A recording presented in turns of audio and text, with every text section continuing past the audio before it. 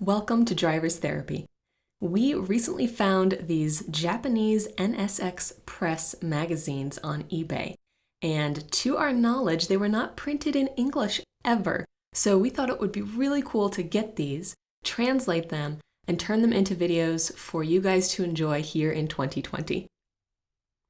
Now, since neither of us reads Japanese, we did go test a few different translator apps. We ended up using Google Translate because it seems to do a pretty good job of getting the gist across. And then we cleaned it up a little bit to make it more readable and listenable. So we hope that we did a good job with it, and we hope you guys really enjoy. Today we are reading an article from 1994, Summer, Volume 14.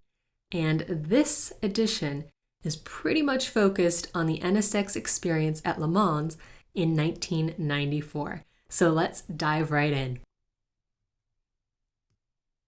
Le Mans, the cockpit. Kazuo Shimizu, the pinnacle of racing a sports car. One 13.6 kilometer lap of the country road in France was beautiful. Idyllic, really. That's what I thought when I visited the course in a passenger car. However, when I took to that same road in a race car during competition, my experience of the Le Mans course changed dramatically. The gently curving road through the woods became a high-speed course that took my breath away.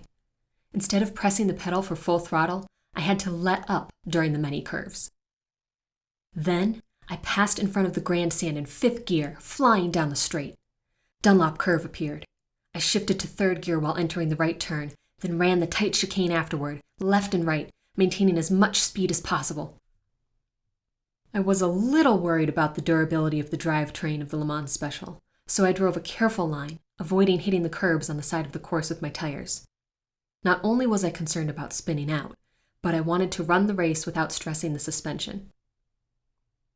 After passing the right turn of the Tertre Rouge, I finally reached the back stretch, where I sped down an almost straight line for 6 kilometers, except for full braking in the second chicane. The NSX, which reached 6th gear and 8,200 RPM just before the chicane, marked a speed of about 275 kilometers an hour. It's scary to think that, until 6 years ago, drivers were running a 6-kilometer straight line at a speed of 400 kilometers an hour on a machine with nearly 700 horsepower. It must have been a rush that felt like a brush with death. While in the NSX's cockpit, I felt how technically accurate I needed to be to drive the Le Mans course, with all its high-speed corners. The corner where I felt the biggest G-force was the S-shaped Porsche curve. However, the maneuverability of the NSX at high speed was close to perfect. There was no oversteer, which is often the case with mid-engine layouts, and I was not at all anxious. Yet, as a driver, I discovered 2 turns cannot be mastered by participating in Le Mans just once: the ultra-high-speed braking of the Mulsanne turn and the combination of ultra-high-speed turning and braking at the Indianapolis corner. This was another surprise to me because, when I visited the course in a passenger car, the Mulsanne looked like a loose right corner. But when I entered at 275 kilometers an hour, it looked like a right-angled corner. At night, the field of view narrowed and the tension increased, adding more pressure to the race. However, since the outside air and the road surface temperature were so low, it was convenient for the driver's physical strength and for the machine. So if drivers overcame the darkness, the lap time was faster. In fact, my NSX continued to run smoothly at night.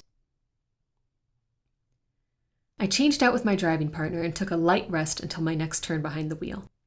A Swiss team sports doctor who participated in the Lillehammer Olympics helped us with our body treatment. We had a light meal, rest, and stretches as per his plan. I was able to maintain my condition for the full 24 hours thanks to the program. On top of that, Le Mans course, with a clear blue sky, had a cheerful summer feeling. I started to believe that I could finish this. No, rather, I had an obsession to do my best, with all of my knowledge, and drive the NSX to the finish. I spoke with the other 2 drivers, understood the problems they were having, and kept on racing while caring for the NSX. It became difficult to shift gears during the last 6 hours, and I tried not to use the engine brake as much as possible so as not to stress the drive system. As a result, the lap time dropped from 2:35 to 2:40. Both Philip and Akata had the same feeling I did. We wanted the NSX to finish.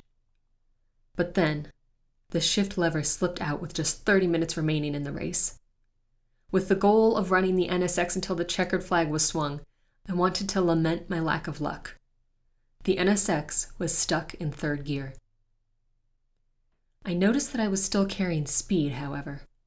I can get the checkers somehow, I thought. I couldn't run formations with the other NSXs, but the goal was just to finish. The race is not considered complete unless you pass under the checkered flag. To do so, a driver may pass the final corner, Ford chicane, stop the car just before the finish line, and wait for the checker to be shaken at 4 p.m. It is possible to reach the finish by pushing the car, if necessary. With one more lap left, that kind of thing came to my mind. One more lap. The tension mounted. The NSX was making slow laps with only third gear.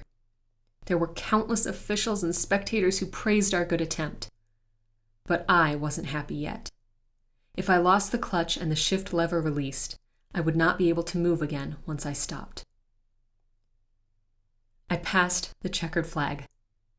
First and foremost, I wanted to share this excitement with my number 46 NSX teammates. They slapped the sunburned instrument panel and told me we ran well. There is something indescribable about this Le Mans. It's not the first time I've run a 24-hour race, but I've never experienced a race that was so full of energy, a race that gave me such fulfillment. This is the excitement of the top of sports car racing. Le Mans is an entity with mysterious power that was born to be royalty in the automobile society of humankind, just as the Earth exists in the vast universe.